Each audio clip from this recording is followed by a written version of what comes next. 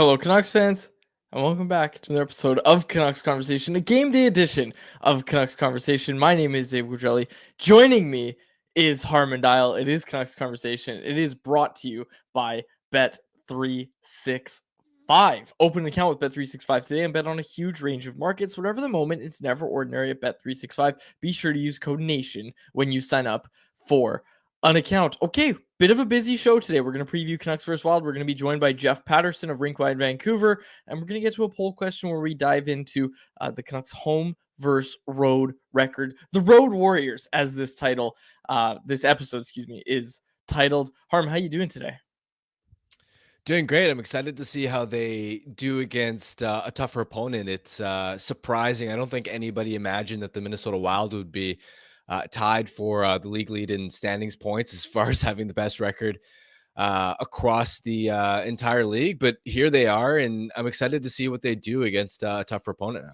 Yeah, absolutely. Minnesota has the record. I was diving into this a bit more, Harman. I'm going to throw some numbers at you, and I know you're going to like it. But 36 points, you just said it, best NHL record, and they're also first by points percentage. Right now, team's on a 3-game win streak, but those wins, not to take anything away from them, 1-0 win over Buffalo, 3-2 win over Chicago, and then a 3-2 win over Nashville. Now, the Chicago and Nashville games, they were back-to-back, so I get it. I think the Nashville one was actually an OT win as well. But I was diving in a little more. Like, Minnesota's 6th in the league when it comes to goal differential. And I know goal differential isn't everything, and you always have to kind of take in all the context you can. But like I was looking at it, there was no game where they got blown out or anything like that. Like when the Canucks had a horrible goal differential and you look back at, the big losses that they had or whatever, like Minnesota hasn't really had a big loss like that. All of their games have been close this season, or virtually all of their games have been close this season.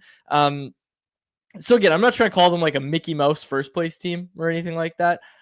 But I don't know. I look at the Wild, and again, we see the top record in the league, but this isn't a game where you're looking at it and saying like, oh, well, the Canucks aren't going to be able to contend with them because they're the top team in the league. Like when we had these feelings about, oh, New Jersey, Carolina, like they're gonna really struggle. Like I would take playing Minnesota over either of those two teams personally.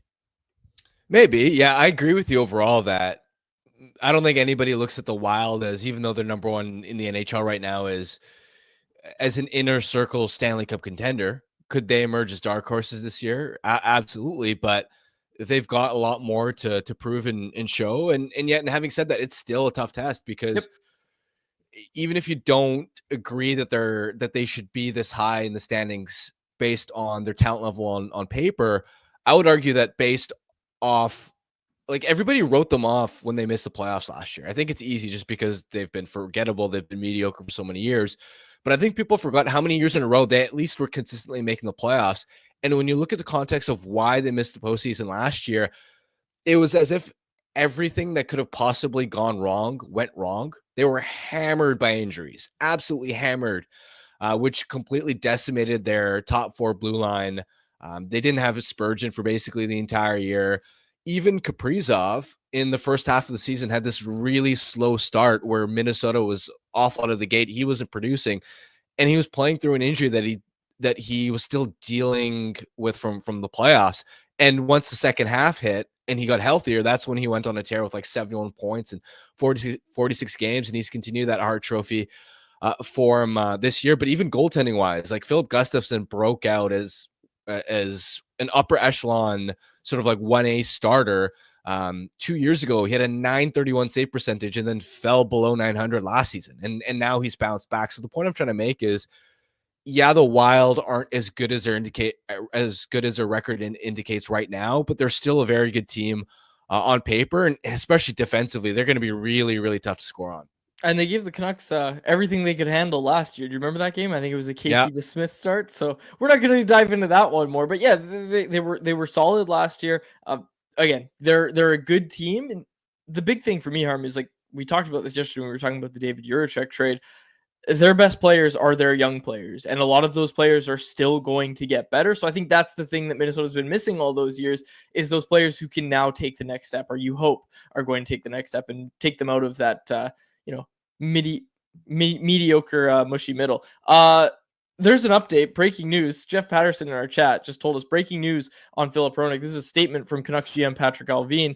He announced today that Filip Hronek underwent a successful lower body procedure and will not require surgery on his upper body injury.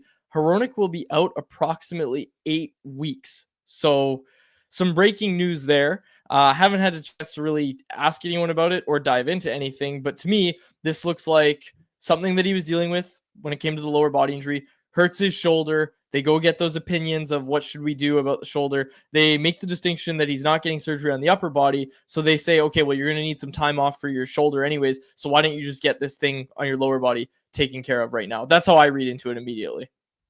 Yeah, I would agree with that assessment without obviously knowing. 8 weeks is a tough blow for sure. Especially those timelines can change depending on how a player's recovery proceeds. And one thing I will say though is if it's going to be 2 months, they've got a little bit of extra cushion if there are any potential setbacks, because that'll be right around the time of Four Nations and an All-Star break. And I mean, they're not having a game, but you know what I mean, the window where they're not playing. So yeah, it's going to be like weathering his absence for that long. They've been able to do it to this point, but it goes to show they're going to be reliant on goaltending. That's been a massive formula for why they've been successful on this road trip. They're going to continue to need to hum on the power play, special teams as a whole. Hopefully at some point JT Miller comes back and gives them a boost as well, but they're going to have to find these resilient ways to continue winning, and we'll see at some point if they add a defenseman too. Yeah, absolutely. And there's still lots to kind of dive into. I think we should just bring in Jeff. I think we'll bring him in. Jeff can kind of give us his reaction to this. And there's so much. There's just so much that's going to come out of this. Jeff, your immediate reaction. You were the one that broke it for us. Your immediate reaction to Filip Hronek out for oh, that's me. 2 I break months. stories in the private chat. You know, I've made a career of that. I was doing this before private chats even existed. So look, I think Harm makes a great point that almost look at it as a 10-week injury or 10-week recovery here. And if he gets back before the Four Nations face-off, then that's a bonus for the Vancouver Canucks. But there is that sort of cushion built in on the back end of this that if it takes a little bit longer, the league shuts down for 2 weeks. His nation isn't one of the Four Nations playing, so he was going to get a break there. But yeah, I mean, it paints now a better picture of what the Canucks are up against in terms of having to move forward without their second best defenseman. And this road trip has shown that it's not going to be easy, that they've found ways to grind out victories. They haven't all looked pretty. They've won at the margins, and all these close games, they're finding ways to get by, but they're also going to face stiffer competition. I mean, there's a stretch in the month of January there where they face a whole bunch of top teams all in a row, most of them out on the road. That's going to be really difficult. And you might be able to get by in Boston and win 2-0 on the back of Kevin Lankinen because the Bruins can't score. There are teams out there that can score. And if they play like they did against the Bruins, they're probably not going to win that game very often. But take those 2 points, and good on Lankinen. He was terrific. But that's the point that I've tried to make here, that this road schedule, so much of the success is based on the fact that they just haven't played a lot of good teams. And those are the teams that are there for them on that given night. So there's nothing the Canucks can do about it. They don't have to apologize. But when you're playing teams lower in the standings, the margins are wider. You can get away and get a victory without playing your absolute best. And when you start to play top teams like the Minnesota Wild, this is going to be a huge test. The end of a road trip. Kirill Kaprizov leads the NHL in scoring, so I'm really fascinated how John Hines is going to work the matchups there. Are they going to try to get him out against the third pair? I mean, my guess is yes. that's the advantage of home ice. Well, Vinny Desharnais was on the ice for all 4 Detroit goals the other day in 13 minutes of ice time. Like, that's a concern. It is. But that's also the reality for the Vancouver Canucks. But as much as containing Kaprizov is going to be a challenge, I'm way more interested to see what the Canucks do to try to break down the stingiest defensive team in the National Hockey League with one of the top goaltenders. Like, this Minnesota team just gives up nothing. And so that's going to be a real challenge. So if the Canucks get power plays, they're going to have to find a way to strike. And they've done a really good job of that on the road trip here. It's funny, they've scored 19 goals in the first 5 games of this road trip, 10 of them at 5-on-5, and 9 in various other game states, overtimes and 3-on-3 and 6-on-5. And so 5-on-5, they haven't generated an awful lot, but they've done just enough, and finding ways to grind out victories. What's the common theme? Generally, it's been the goaltending. And so if it's Lankinen and Gustafsson, and we don't know yet, we'll find the Canucks lineup. I think Rick Tockett's going to meet the media in an hour or so. I'm assuming that it's going to be Lankinen at the tail end of a road trip. It's been a long grind. It's gone well for the Vancouver Canucks, but 6 in a row away from home, that's a tall order. So what do the skaters have left in the tank in front of Lankinen? Is just going to be one of those nights where they absolutely rely on their goaltender being at the top of his game. Where do you stand as far as the idea of the Canucks going out and adding a defenseman? I think we all agree they have the need for it, but do you think there's a logistical way for it to make sense, given that there aren't a lot of high-profile targets out there, given that prices are probably going to be a little bit high? Where do you stand as far as the urgency to actually get a deal done, and how much pressure management should be facing on that front? I think every win they put in the bank here, it takes a little bit more pressure off them. And just to go back to the point that you guys made right off the top, look, I'm looking forward to seeing this Minnesota Wild team. I haven't watched a lot of Minnesota Wild hockey. I don't think a lot of people outside of that market do, but I'm really curious. But in saying that, I just think this is a year where there isn't like an absolute lights out 130-point team in the National Hockey League. And Minnesota might be one of the best teams in the NHL. Again, credit to them for the success that they've had and anything moving forward here. I just think this is one of those years where the best team in the National Hockey League isn't going to be one of those teams like the Bruins a couple of years ago, or these teams that run away and hide from the pack. So that's part of it. But that also plays into my answer to your question here, Harman, is that all these wins now in November and into December are huge for the Canucks. Put those points in the bank. You're keeping pace with the top teams in the Pacific Division. Again, nobody has really run away and hid from the pack there. That takes away some of the urgency, I think, for the Vancouver Canucks. If they felt that they were falling behind, or that they were sort of being relegated to just doing their best to maintain a wild card spot, maybe that changes the dynamic and the calculus for the front office. But through all of the injuries and the missing parts and the fact that they haven't strung 60-minute wins together, they're right there. I mean, points percentage, second in the division. I think that alleviates some of the challenges for Patrick Allvin. So not that he's been a patient guy in his time at the helm, but I think it allows him to be a little more patient. I think we all think that they're going to get Thatcher Demko back here at some point, but didn't we think that maybe we were going to see him on that California road trip that you were out on, Harman, that was a month ago. And we've been tracking it daily, and he still hasn't played a game. So your guess is as good as mine. Maybe he's waiting for Taylor Swift to be in town to make his season debut. Who knows what the deal is? I assume that we're going to see Thatcher Demko on the road trip, and I kind of get a feeling, or on the homestand rather, and I kind of get a feeling that management wants to use that as some sort of baseline here to see what kind of boost does that give this team. How quickly can Thatcher Demko get back up to speed? And if he can do it quickly and gives them this incredible goaltending tandem, what does that do for the way this group moves forward? So all of that, long way of saying, I think that the front office can't be feeling a ton of pressure right here, right now, to go out and make some sort of trade to save the season. I thought Thatcher Demko might want to avoid the traffic. Like, no, I'm not ready yet. Not ready for the weekend of Taylor Swift. I'll be back midweek. That's when I'll make my return. Jeff, speaking of the Canucks returning home, we know the road record. We know the home record, how different they are, 3-5-3 at home, 10-2-0 on the road. Thatcher Demko is going to help this, you would assume, naturally. But it's the subject of our poll question today. Like, do you think that the Canucks can start to find some success at home here in the month of December? Yeah, I'm going to sort of temper my expectations for Demko. Like, this guy's played 3 hockey games in 9 months. So this idea that he's going to wear a cape and just jump back in, I think everybody has to. And he himself kind of warned against that when we talked to him at UBC the day before they went out on this trip, that he said, like, I have to understand in my own mind that it's not going to be perfect. So as far as the home record goes, here's an idea. Jake DeBrusk, maybe score a goal at Rogers Arena. Like, honestly, like, you think of the guy's been this incredible difference maker in the month of November and now into December, away from home, all 10 of his goals coming out on the road, it would help. Like, why haven't they won at home? Well, some of their best players haven't done an awful lot at Rogers Arena, and Jake DeBrusk is right up at there. I mean, it's hard to figure out why, and hopefully he comes back with a boatload of confidence and is feeling better, and maybe there isn't as much pressure on him. But yeah, I mean, at some point he does have to score. He's being paid to score at both home and on the road. So at some point he's got to find a way to contribute. I think the level of competition, they've played some good teams. That's part of it. I don't think the Canucks' best players have been anywhere close to the best players. Artur Silovs has had a couple of absolute stinkers, but he also showed that he's capable of having a bad game out on the road, as he did in Pittsburgh last week.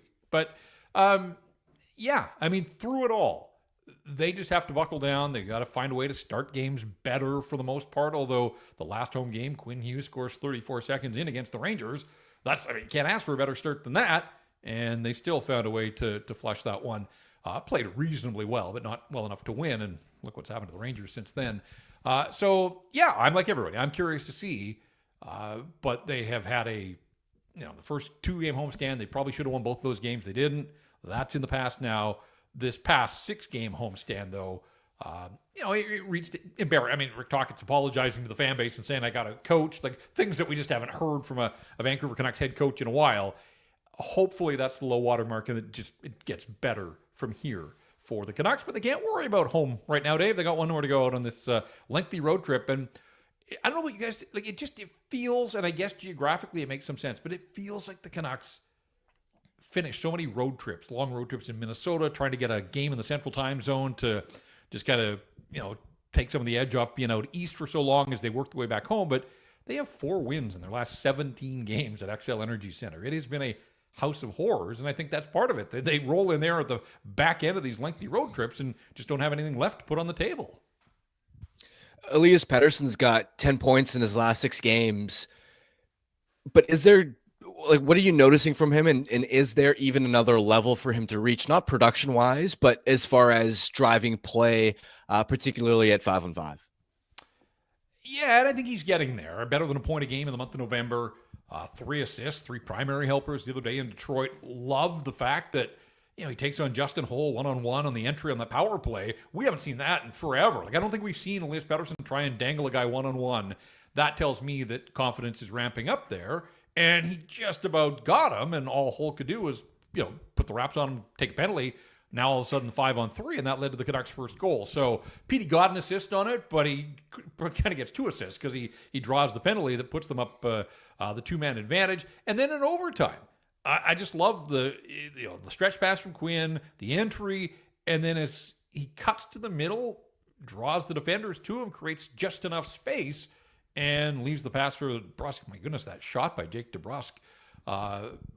I'm not sure enough was made of that to win the game and call ball game. But yeah, a 3-assist night for Elias Pettersson. That used to be an average night for him on a lot of games, but we haven't seen him that productive. But starting to see the multi-point games return, and the fact that all 3 were primary assists, yes, I mean, he is starting to find a way to leave fingerprints on the score sheet. So it's not just a play here and a play there.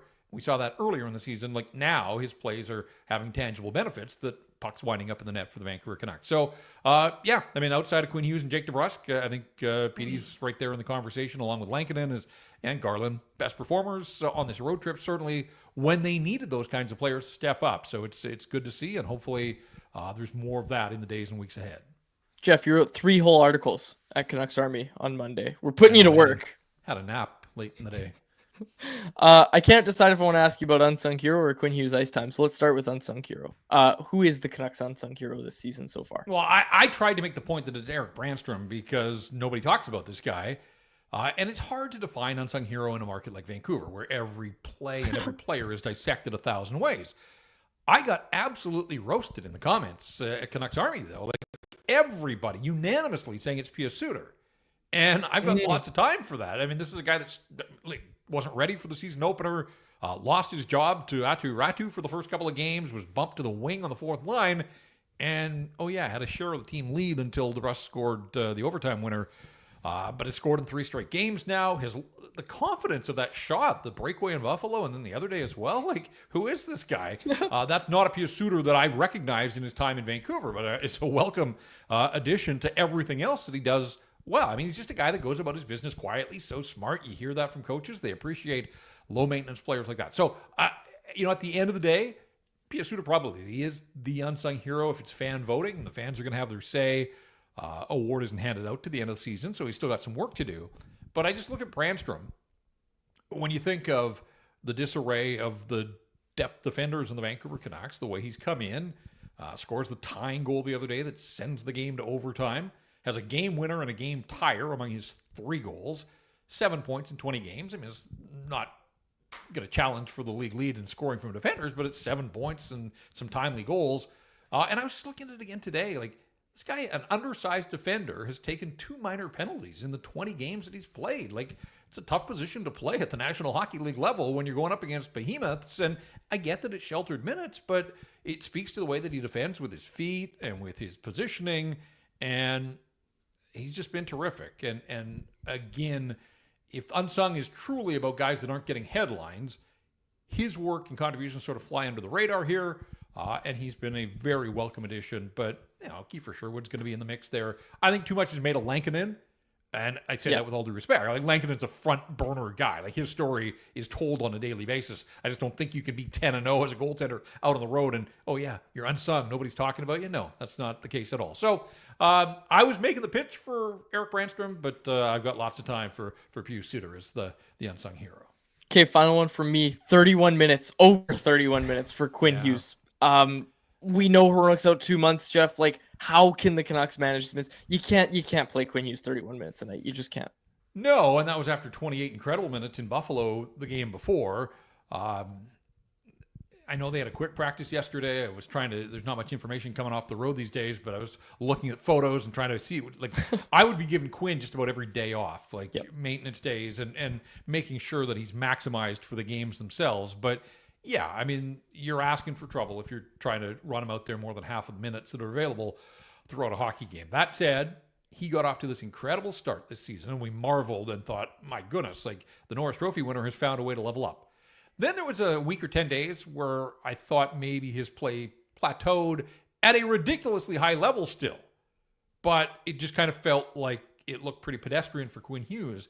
I would say in the last 2 weeks, and certainly on this road trip, he has ramped it up again here, and just the command of games, the man for the moment, the overtime in Buffalo. Like, I could sit and put that on a loop. In fact, I probably should, just so I have that at my display. I mean, it's just so much fun to watch, and nobody in this league cuts back to create space better than Quinn Hughes. Like, it's just, if it was easy, everybody would do it, and yet the confidence in these high leverage positions on the ice where a poke check could send a guy the other way on a breakaway. But he's just so supremely confident, and the whole overtime in Buffalo was all about that, and then finally finds Garland to do the spinorama in the blue paint and tap it in. I don't know how you go about trying to limit his minutes. Like, he's going to play 25. I think without a doubt, even if Hronik's in the lineup, he's generally playing 25. So they don't play until Friday. It is the end of the road trip here. Like, I'm expecting another night of big minutes for Quinn Hughes, and I know he's up to the challenge in the short term. I think they have 11 games between now and a 5-day Christmas break. Something tells me that they're going to lean on the captain an awful lot. And so if they have to excuse him from morning skates, if they do give him maintenance days along the way of practice, I think that's the prudent play for this guy. But he's a gamer. He wants to do what he can. He knows that he can command and influence the outcome of games, and he's doing that right now. So it's just an absolute pleasure to watch, and we cannot take him for granted. I know some days it feels routine that, oh yeah, he's just doing Quinn Hughes things, but honestly, for people that have been around a lot longer than you two guys and have watched this hockey club and dreamed of a day when the Canucks would have a player like this on the blue line, he's here now, and it's just an absolute marvel to watch one of the best players in the National Hockey League and to do it wearing a Canucks jersey. So don't anybody take Quinn Hughes for granted. I think we need to put a framed photo of Ken Holland up in our studios because we're so thankful. We're so thankful. Oh, did the Red Wings pass on him? Yes, they did, Jeff. Yes, they did. Jeff, great stuff as always. Thanks so much for joining us. You're on Rink Wide tonight. Who's your co-host? Yeah, Irf is back with me. I had Patrick Johnson on Sunday, but Irf will be sliding in. So, yeah, lots to talk about. Obviously, we'll break down the hockey game, the road trip as a whole. We'll start to look ahead to the homestand. And, Four Nations face-off. The roster is revealed tomorrow. So I'm sure we'll get into all of that. If you haven't already, join us, Rink-Wide live stream right after the Canucks games. And we'll provide the post-game coverage you're looking for. Great stuff. Jeff, thanks so much for doing this. Appreciate it. All right, boys. There he is, Jeff Paterson, who, as I said a few times there, you can find on Rink Wide Vancouver after the game. Best post-game show around. Still trying to figure out if I need to do audio only while I'm driving, because I'm going to Nornos to watch the game tonight. That's the plan. So when I'm trying to listen, not watch, listen to Rink Wide, I'll be in the car. So gotta make sure I'm not breaking the law. Okay, we got this news right before we went with Jeff. We touched on it a little bit, Harm, but Filip Hronek out 2 months. I don't know how much more we can say other than what we've already said. The Canucks are going to need goaltending to withstand this. They're going to need it for a lot longer than maybe we originally thought, but it is an important distinction. I already saw TSN put the wrong headline, so nice going TSN, but it was the procedure was on the lower body injury, not the upper body, his shoulder. He goes into the boards. That's what started all this. Goes into the boards in the dying moments against Pittsburgh. Was it Pittsburgh? Yeah. Okay, goes into the boards, immediately grabs at his right shoulder. We were hearing reports that he was looking at a second opinion or third, fourth. He was looking at multiple opinions on if he should get surgery or not, but he ends up getting a procedure done on his something on his lower body injury. So that's something that it sounds like is pre-existing. I don't think he hurt his lower body on that play where he went into the boards. So sounds like they're kind of just waiting it out with the upper body injury, that the final decision is not to get surgery. In fact, the Canucks made that distinction that was the decision, was he wasn't going to get surgery on his shoulder, on his upper body. So I hate this upper body, lower body stuff, but anyways, gets the procedure, lower body. Not much more to say, I don't think, other than they need their goaltenders to step up here. Yeah, and they're just going to need to do their best to weather the storm, because when I'm looking at the homestand coming up, you've got Tampa, Florida, and Colorado within that within a span of like a week or 8 or 9 days, and then they go out on the road, and they also get Vegas on the second leg of a back-to-back. So they've got a lot of tough offensive opponents who just score goals like it's nothing. Even on Friday, Columbus at the start of the homestand. Did you know Columbus is the 6th highest scoring team in the NHL so far? I did know that. I had it for anyone else. And it's not just that they're scoring all these goals and they're on this lucky shooting percentage bender. At 5-on-5, they're the only team in the NHL besides the Carolina Hurricanes that is top 5 for creating shots and expected goals. Like, they are just pounding teams with scoring chances. Now, they also give up quite a bit, and they don't have reliable goaltending. But even a team like Columbus coming up that you would look at on paper and go, oh, that's not the toughest opponent, that's still a team that they've got coming up where they can absolutely light the lamp. And I mean, just some of the numbers that they're producing offensively are kind of ridiculous in the early going. But the point being is the schedule does become really difficult I shouldn't say really difficult, but it ramps up over the next 2 months. And J-Pat alluded to the January stretch where they've got tougher opponents, mostly on the road as well. And this is where they're going to need some breaks to go their way. They're going to need the goaltending. I'm curious how long the power play can continue to stay productive without JT Miller.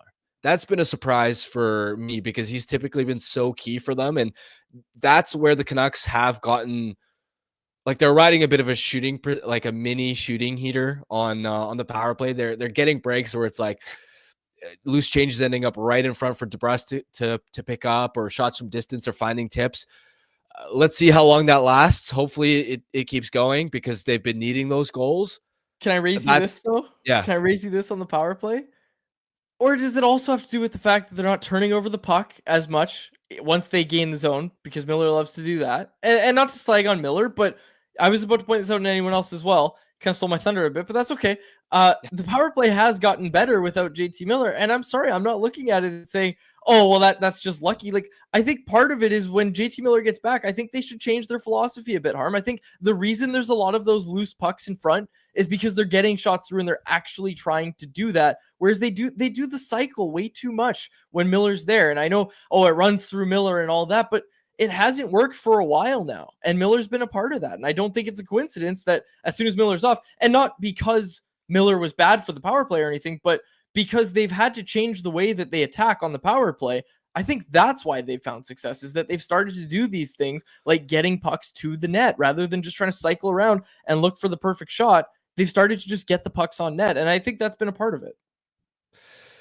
Yeah, that's not exactly true though. Like, that sounds like a great narrative and they've genuinely improved, but they're okay. So last 5 games, right? They've been scoring a lot on the power play. They are top 10 in the league for their goals for rate on the power play.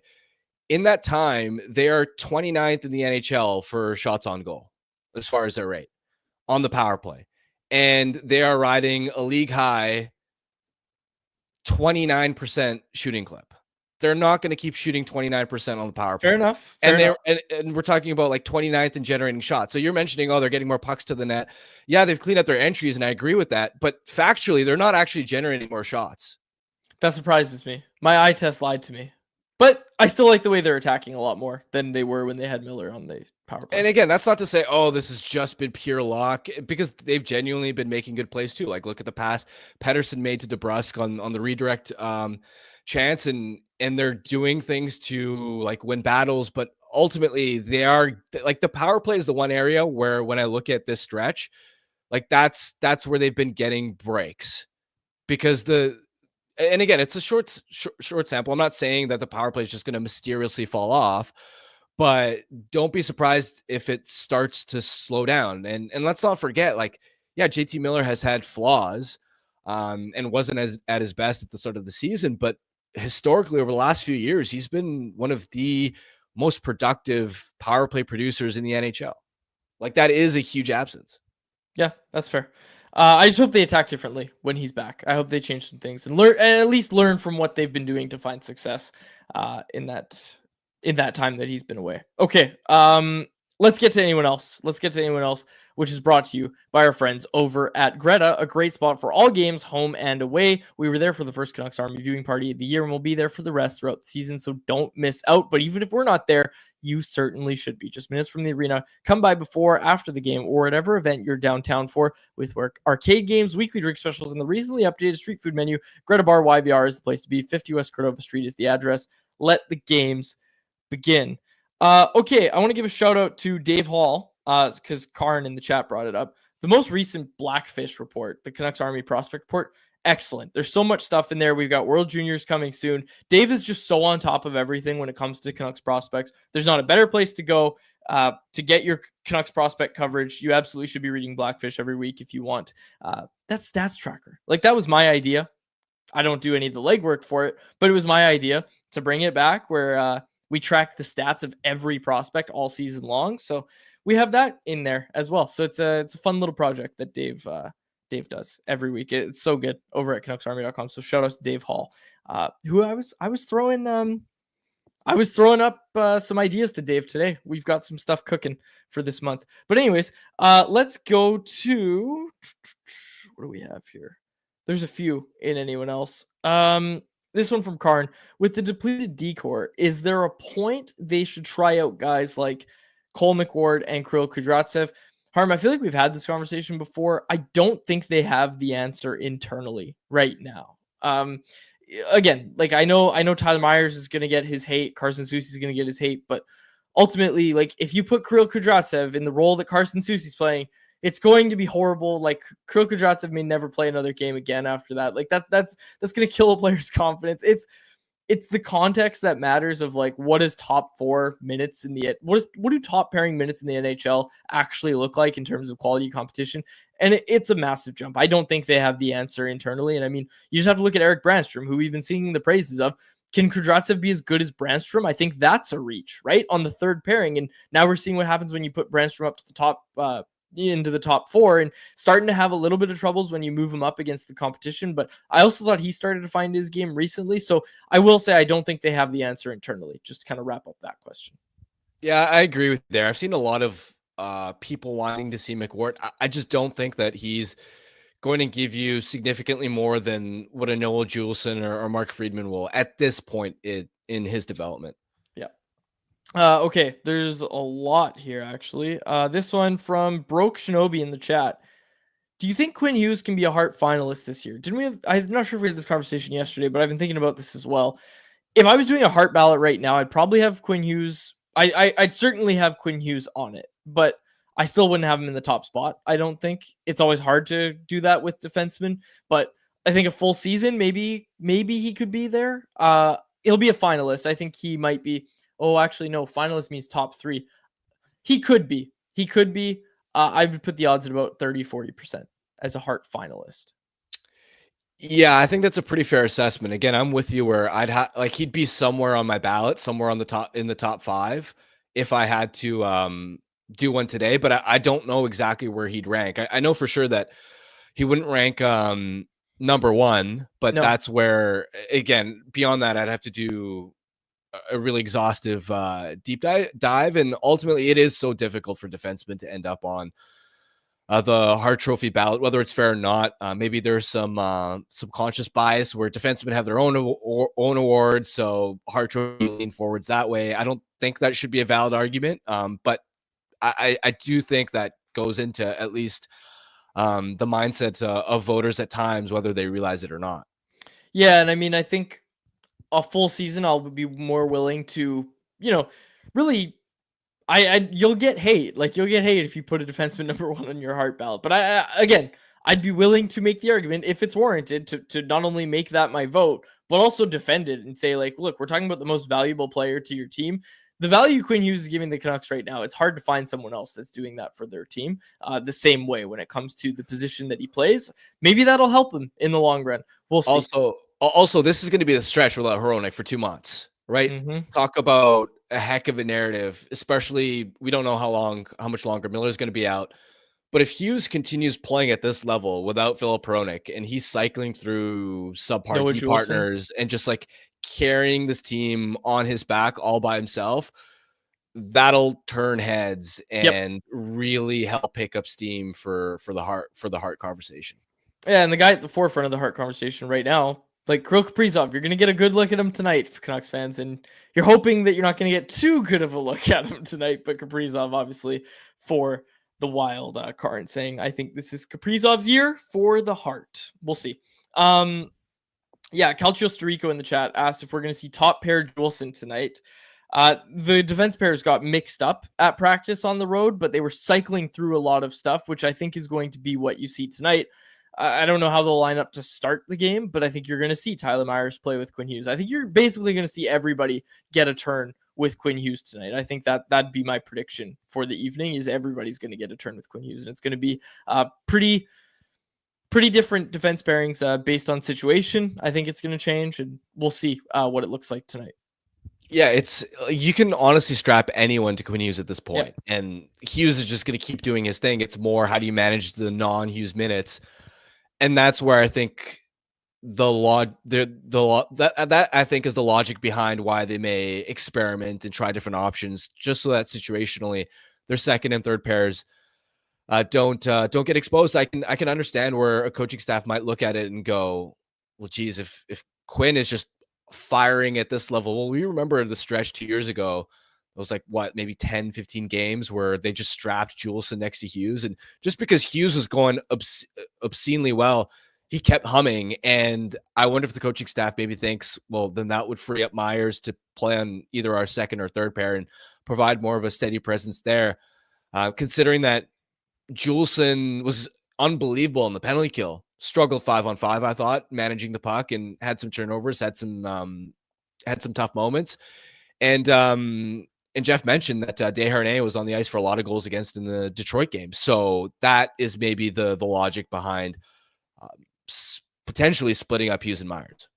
Okay, let's get to our poll question. Our poll question today is all about the Canucks' home and road record. They return home after this game tonight against the Wild. So our question, do you think the Canucks' road success will translate to home ice in December? This was written before we knew that Hronek would be out, but right now, 64.8% say yes, 35.2% say no. And I think, again, I'm not going to jump out and say, oh, this is going to be the best month of their season, but like, I think there's going to be some games. You've got St. Louis coming to town. You've got Ottawa. You've got the Bruins. Again, not to mention San Jose and Seattle all making visits to the Canucks at home. Theoretically, like, they should pick up, they have 3 wins on the season at home. They should be able to pick up 3 at least in this month. So I'm going to say yes, their road success, maybe not the 10-2-0 record, maybe not that pace, but I think they're going to start figuring it out at home this month. So I'm saying yes. Yeah, it depends on what you define as success, right? Because I think that bar has changed, given that Hronek's going to be out for the rest of this month at least. For me, if it's just holding the fort down, I think they can hold the fort down. But holding the fort down doesn't mean that they're all of a sudden going to have this sparkling record and be convincingly winning a ton of games and winning them in regulation. It's just, can they keep picking up points at a reasonable enough clip to where they're not slipping in the standings? And I think that that's a possibility. It's not a guarantee. It's going to be a challenge. The 2-week stretch where they play Vegas, Colorado, Florida, and Tampa, is concerning for me. But I think they've shown resilience, and enough guys are stepping up right now to where they should be able to at least hold the fort down. Okay. Callie Canuck in the chat said, Quad's taking victory laps for Dave Hall. Never change. I wasn't trying to take a victory lap. I was just saying Dave and I work well together, and Dave does a great job on Blackfish. Maybe I was taking. Yeah, more like I tell him what to do, he kills it, and now it's like we did this together. No, you know what? That's how it started for sure. But Dave started to, really start to pitch me ideas too, and Dave comes up with some great ideas, Harm. I don't know why you dislike Dave so much.